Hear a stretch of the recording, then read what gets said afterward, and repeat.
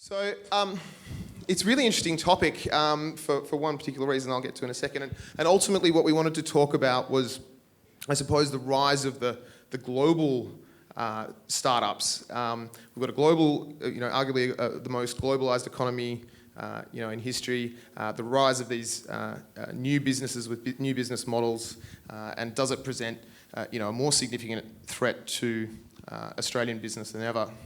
I say it's an interesting time because for me personally, had we been talking about this 2 weeks ago, I probably would have been a little bit more pessimistic. The changing government, and particularly the changing government sentiment, has most certainly lifted my confidence and our confidence. I can say I sent out an all-company email almost as the speech was delivered to hear the Prime Minister using words that we use around here. Felt phenomenal and a phenomenal change. So I think the landscape has certainly changed, but here to talk a little bit more about their experience of the growth of Australian business, I'll turn to the panel. And Helen, I wanted to ask, you've had this extraordinary experience across all these iconic brands that everybody wants to work for. What, in particular, I wanted to point out the fact that Lonely Planet, perhaps always a startup. We used to work with them, and it always felt like an amazing startup environment, even though it had been going for many decades. Seek, two iconic Australian companies, which must both, at certain points in time, had extraordinary cultures. And now, a different journey where you're working for an international startup and bringing that to life here. What is it about an environment that creates success? And perhaps even, what are the similarities? What's the same between a US organisation and an Australian one? I reckon that's part of globalisation, isn't it? That your people are everywhere, and that if you've travelled a lot. I've lived in 3 different countries, based in 3 different countries, and you find your people and the trends and the things they're doing around the world. I saw food trucks first in Brooklyn, but very fast they were in Australia, and it's the same people, and it's a good scene, and it spreads like wildfire. So I haven't found it so different actually to go to an American company, because they are my people, and they are based in Brooklyn, and it's and it's a purpose-driven company, so we were all motivated by really similar stuff. And we have to have fights about whether you really say maths here instead of math in copy at times, and stupid stuff, but not big stuff in those differences. So what is the environment? I reckon happy people is a big one. So I think if you're happy and know you're achieving stuff in your work, it creates a really good environment. And I would say the other thing is focused people. So I loved... gone completely blank. Cole. So sorry. Okay, that's that bright light. It just made me blank. I'm so sorry, Cole. Well, you were saying, Cole, about having a plan. So focus and don't get distracted. I think especially for the startup people and the early stage people, when you're just growing like crazy, which a number of businesses are here, your level of distraction is just insane, just surviving. Don't get distracted by new business models. Nail the one you've got and get to leadership in it before you get distracted. So focus and happiness. On that note, and I think it's a good segue, as you pointed out, Cole, I don't think, and tell me if I'm wrong, probably with the exception of the surf brands, that perhaps preceded Cotton On 20 years earlier, interestingly enough also from up that way, how did Cotton On develop international growth ambitions, and how did it actually succeed in international markets? 10 years ago, it was 50 stores, one country, and the decision the board and the execs made very smartly was twofold, which was they wanted to go into other categories, kids wear, there was obviously other opportunities that way, but recognised that they actually had great foresight of realising that at some point the globalisation piece was going to come in Australia.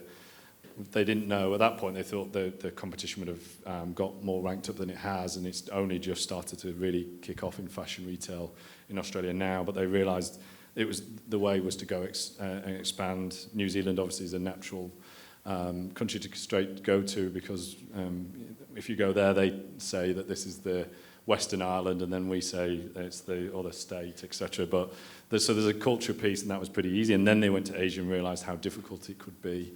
but kept going, and we're not going to allow it not to work. The entrepreneurial piece was about pace, get in there, get to a scale, and then it goes.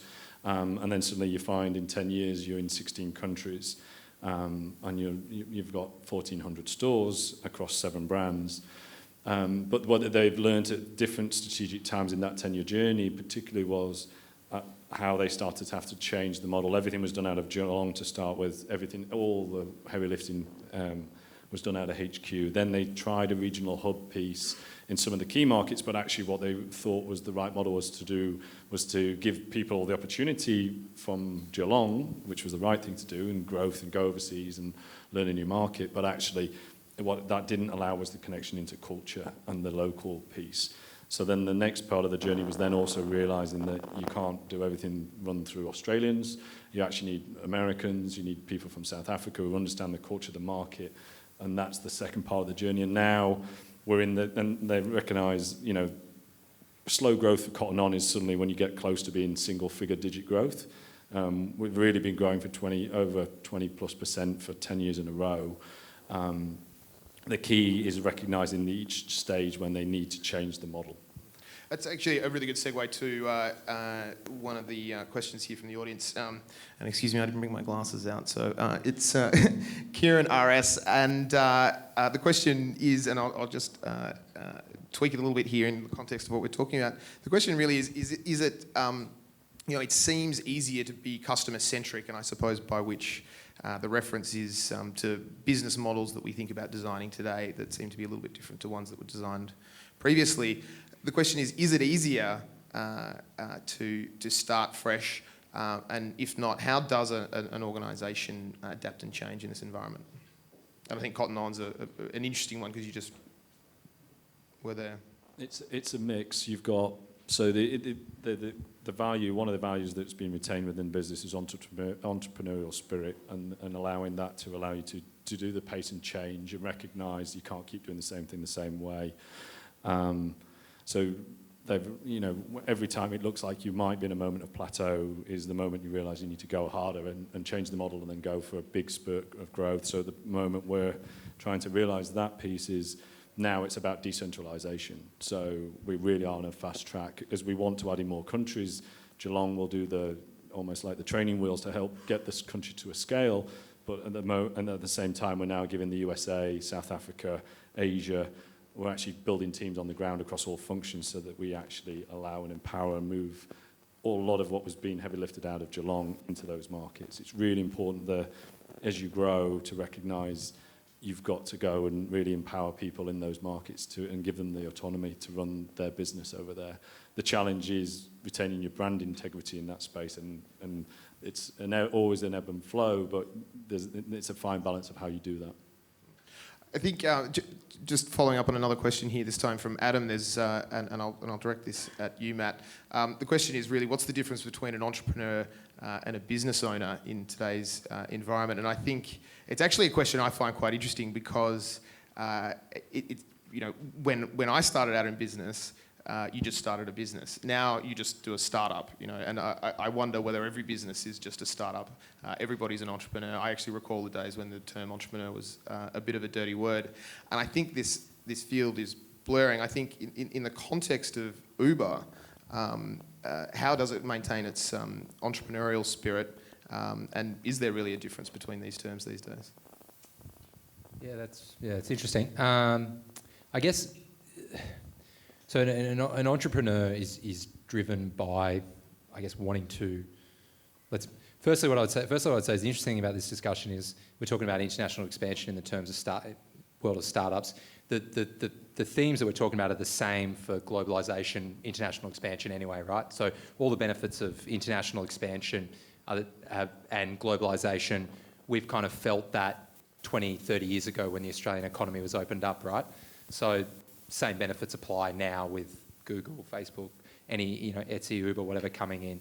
It's just a different era. In terms of I guess the when you think about an entrepreneur or a business owner, for mine I'd like to think I'm entrepreneurial in the sense that want to work hard, want to get things done. Have I got a great idea that I want to seed and grow and build from nothing into something. Probably not at this stage, though I might in the future. But that doesn't stop me from having all of the ambitions and the personality traits and that an entrepreneur that you would want from an entrepreneur, and have all that as a business owner at Uber and apply it in my day-to-day work. And so the way you do that is, you hire the people who've got the right personality traits. Doesn't mean they want to go start their own business or they've got their own idea that they want to get off the ground, though they may want to one day. But you just hire smart, keen young people. Don't have to be young necessarily, but often tends to swing that way. And you just give them like a stack of autonomy.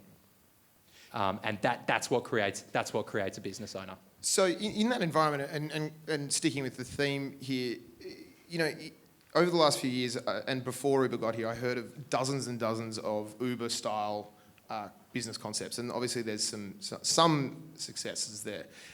Does an Australian startup or an Australian local business stand a chance against the internationals like Uber?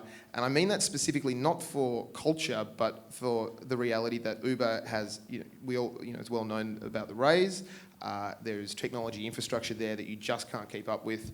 Arguably this isn't just about entrepreneurial zeal and spirit, it's about your ability to compete in a world where US companies, by their very nature of their initial market, have a scale that is unprecedented against Australian startups. I mean, I guess what I'd say is don't set out to create the next Uber or Facebook or Google. That's not going to happen for very many people. Almost none. So it's kind of like a false choice, right? It's not a zero-sum game that Uber crowds out everything else.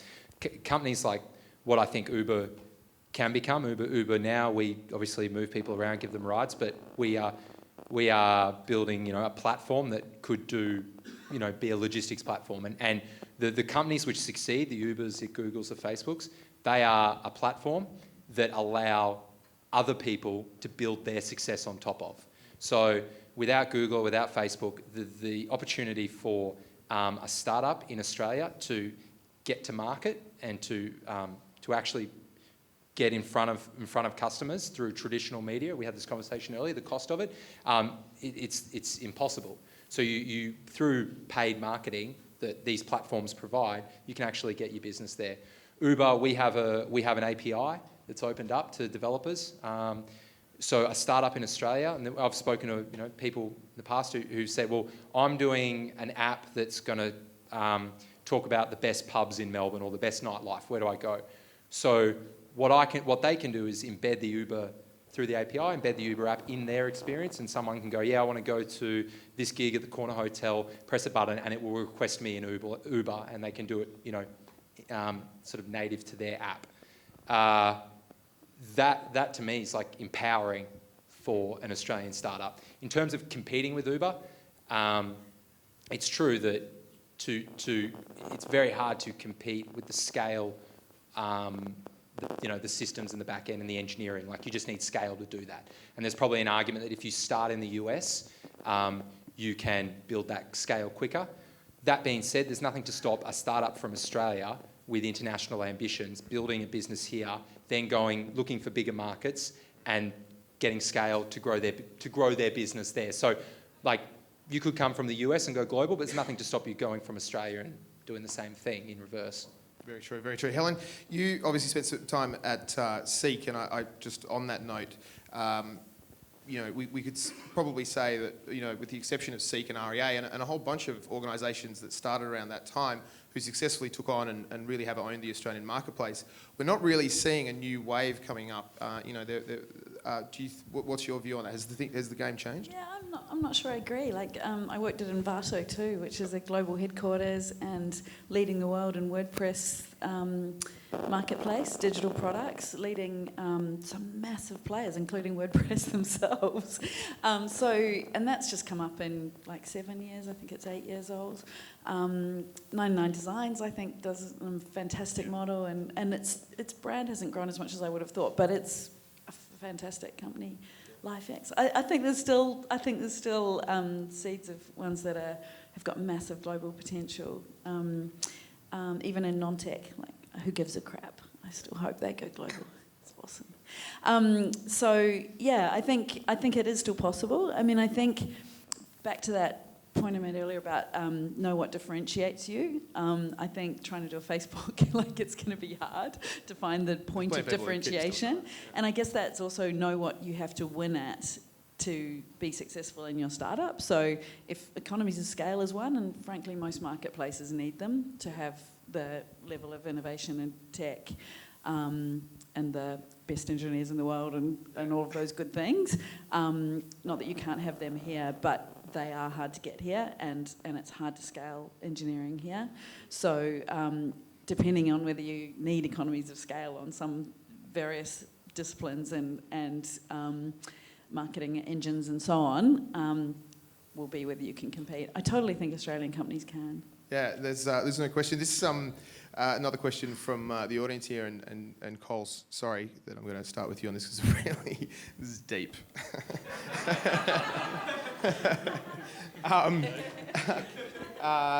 Adam would like to know, how do you find your why? It's a very good question. So it normally will come from either the person who started, or the person or the persons who started the organisation, because at the end of the day, they set the organisation up for a reason, and it very rarely, it can evolve from that, but it really comes from why they set it up in the first place.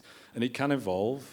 When Cotton On was set up, I don't think Nige had the true ambition of it to be getting to the scale it actually got to, but he definitely wanted to make a difference in people's lives throughout Australia, and then he then built his ambitions to go internationally, and that make a difference in his life for him. And he'd never written it down, but the reason he created a foundation in 2007 was because he was surrounded by quite a lot of young people, how he'd built the organisation up from an entrepreneurial point of view, and he wanted to give them a reason beyond just sales and transactions, and to do good and feel like they were doing good in the world. And that's why the foundation was created. We sell product, all that 100% of proceeds goes to those causes. So the why really often comes with that person who has that first piece of inspiration. We just needed to come and help him codify it and actually really communicate it to our internal customer base, and whether it's in store or whether it's at the different regional hubs, the HQ. But now everyone really truly understands it. A buyer knows why they're buying, what they're looking to buy, what they're looking to do, all the way through to a team member in Ballarat or wherever they are in the world. But it often comes from that very essence of the people who originally started it. You know, my other two examples that I experienced personally was Disney's came from Walt, and then the PlayStation 1 came from a guy who'd been at PlayStation for a long time, but he set it up, and in that very first instance, he may not have written it down, but he just communicated it through his storytelling of, we're going to make interactive entertainment cool, and not in a boy's bedroom anymore. Great question. So I'm just going to ask Helen, how do you find your why? Is that personal why? I think how think do it's a you great mean question. it, Adam?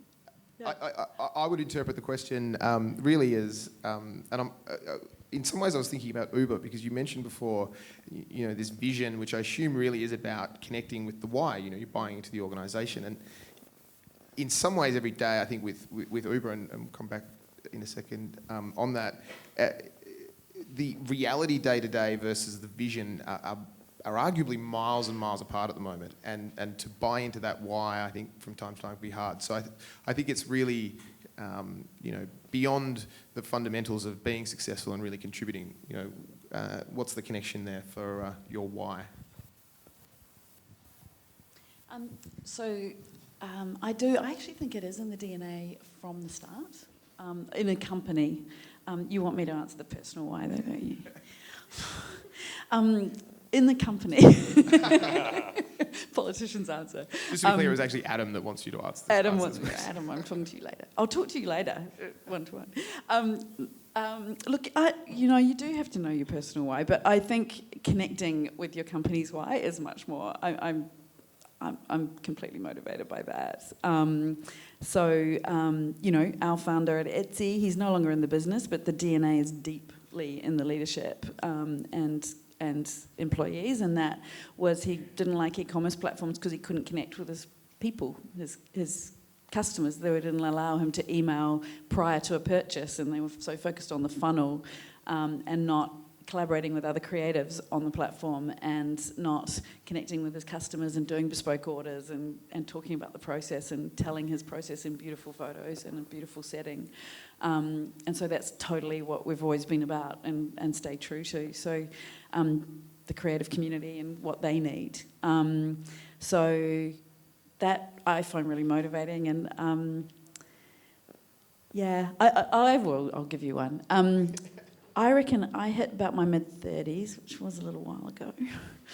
And I think it combines a lot for a lot of people with parenthood, but it doesn't have to, where there's this shift and you suddenly realise you get a bigger kick out of others doing really well around you than being a star yourself.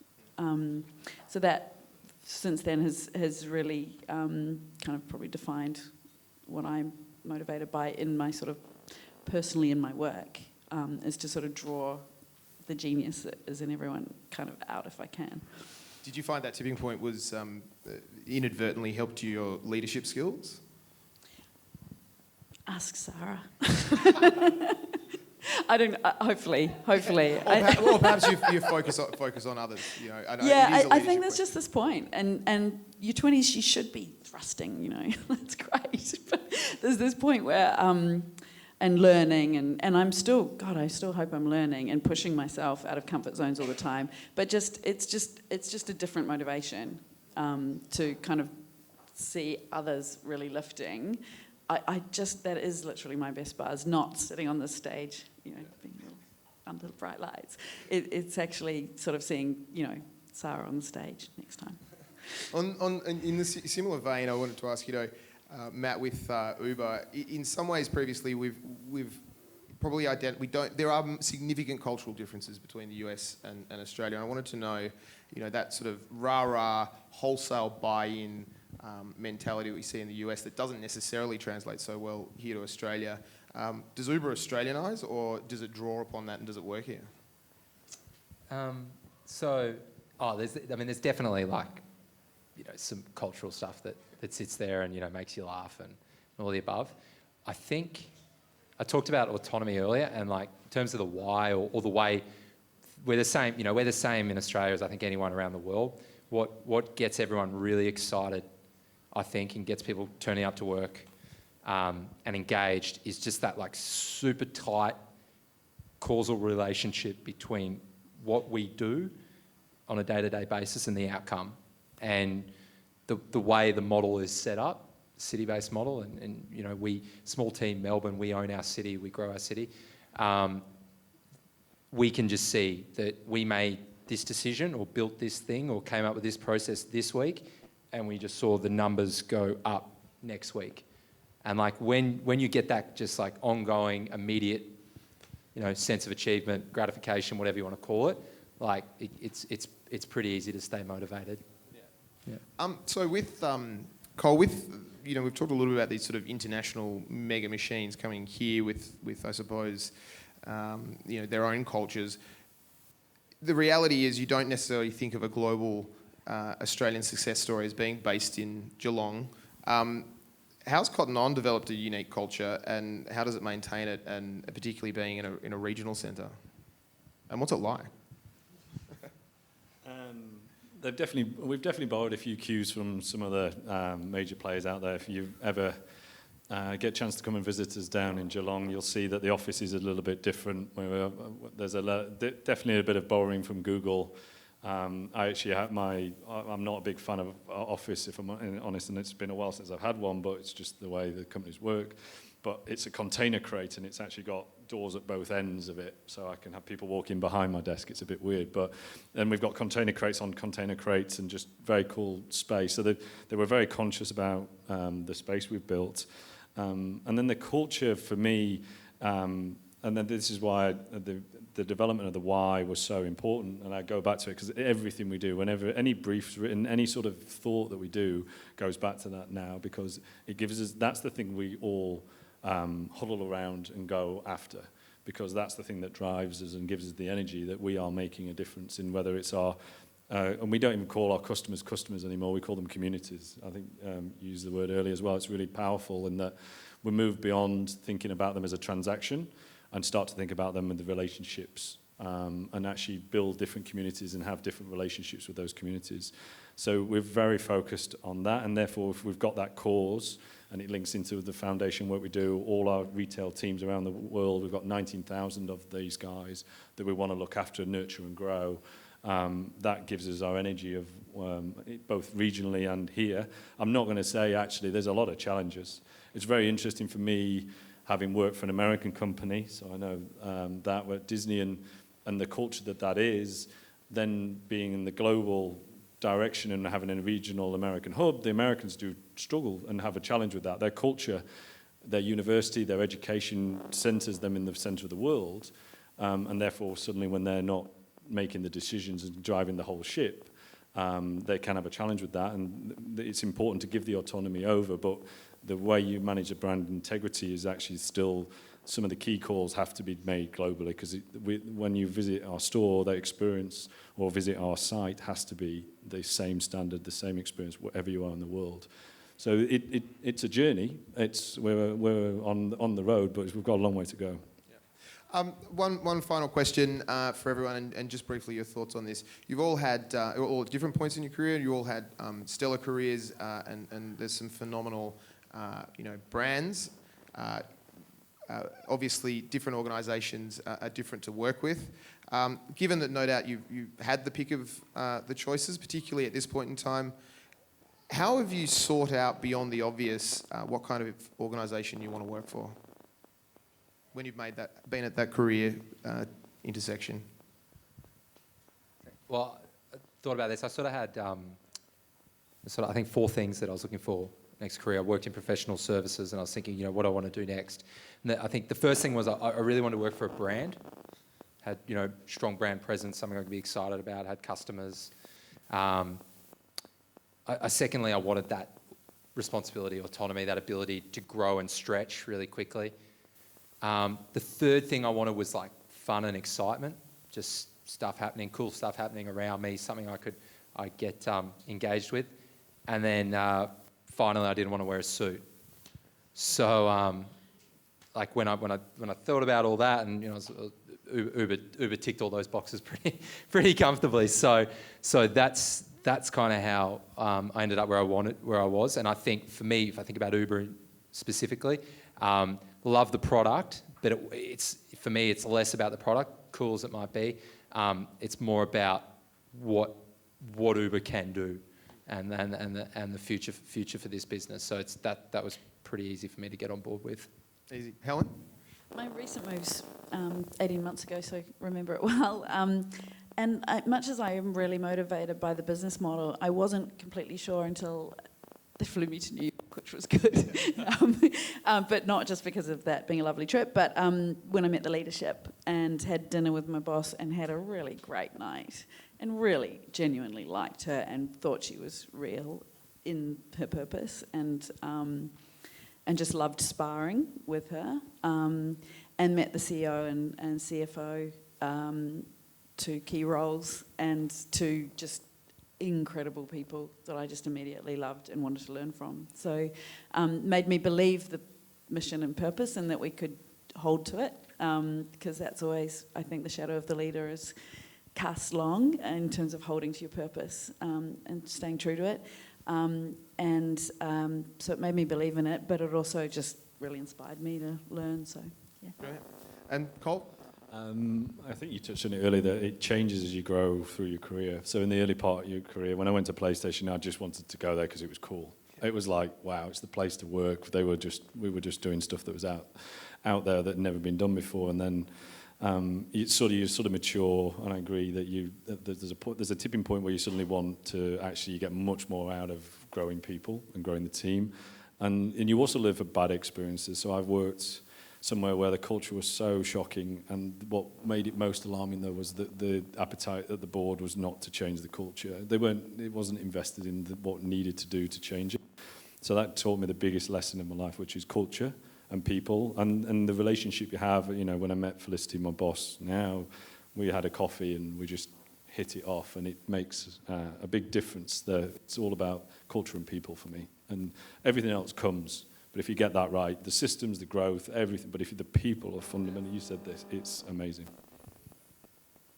That's great. And it's very true. There's a running theme here that's very much the theme that we have here at Silicon Block, which is the more we're about technology, the more we're actually fundamentally about people. And it seems clearer and clearer that the make or break isn't the idea or the technology, but actually the collective group of people who pull it together, which is I think is kind of a positive. And on that note, I just wanted to thank all three of you for being part of tonight and being so open and honest with the questions. Please go and enjoy a drink, and thanks again for being part of Silicon Block.